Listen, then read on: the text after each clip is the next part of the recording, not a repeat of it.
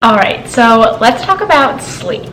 For some reason, I feel as though sleep is one of the most underrated things that we talk about when we talk about training and when we talk about life. Sure, you hear get your 8 hours all the time, but I think it's really important to talk about sleep and really emphasize it on a deeper and more understandable level. In our world, we are always go, go, go, where less sleep is glorified and sometimes admired. I personally have taken sleep for granted probably until like the past few months or so.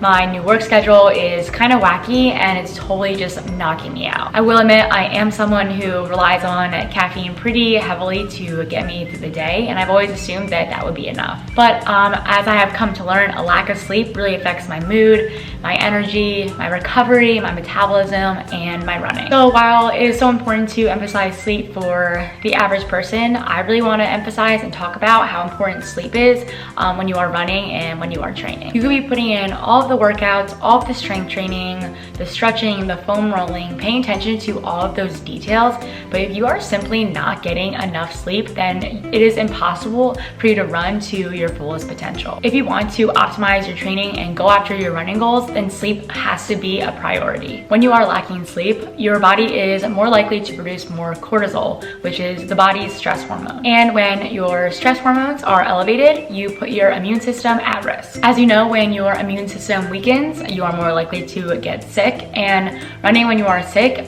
is not fun or productive. Additionally, an imbalance in your hormones can lead to a much more substantial and deeper fatigue. Basically, when you are sleep deprived, everything feels harder, especially running. A lack of sleep can also irregulate your body's core temperature. This reduces your ability to sweat, which will make the cold temperatures even colder and make the hot days feel even hotter. It's also so important to know how essential sleep is for your recovery. Sleep is when your body produces the growth hormone, which helps your muscles grow and repair. Sleep is when your muscles are truly given time to heal and to recover. Without enough sleep, your muscles and your body won't be able to recover to its fullest potential, and it could eventually lead to injury. I also read that a lack of sleep can impact your body's ability to convert carbs into glycogen. That's huge, especially for distance runners. When your body can't properly convert the food that you eat, you might feel even more exhausted and you might end up bonking during a run. Okay, with all that being said, now you know why sleep is essential for your training and for your recovery. But we should also be realistic that with people's schedules nowadays, some people have a really tough time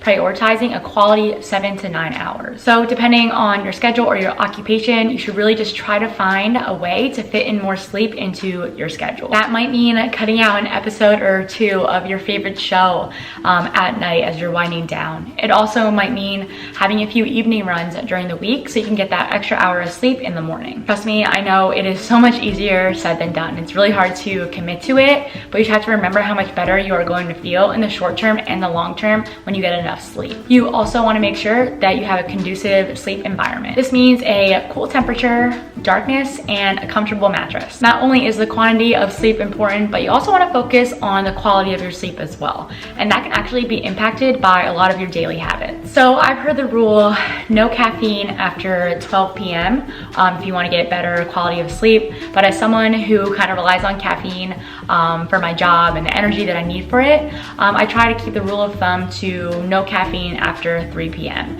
And while that might not be as effective, I think it's still better than drinking coffee or caffeine at 5 p.m. or closer to when you might want to fall asleep. Additionally, I've also heard that you should turn off all electronics around 1 to 2 hours before bedtime. In this day and age, that kind of seems impossible when we are able to be contacted by everyone and anyone 24/7. If that's possible for you and you want to commit to that, I say go for it.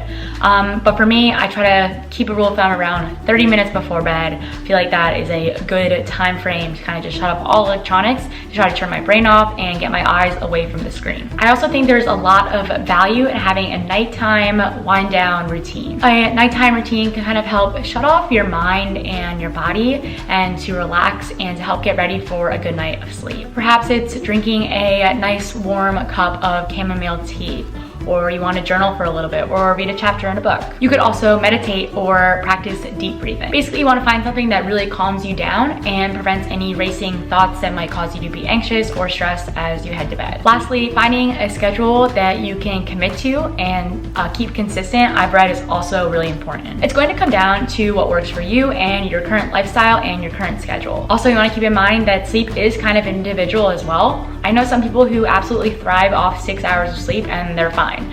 And then I also know people who really do need 8 to 9 hours or maybe even more. I kind of unfortunately am one of those people where even 7 hours of sleep leaves me feeling tired and fatigued. So if your running and your training are important to you and it's something that you want to prioritize as well as going after any running goals, then sleep also has to be a priority for you if you want to optimize your running and your potential. Additionally, better sleep will just make you feel better all around in everyday life.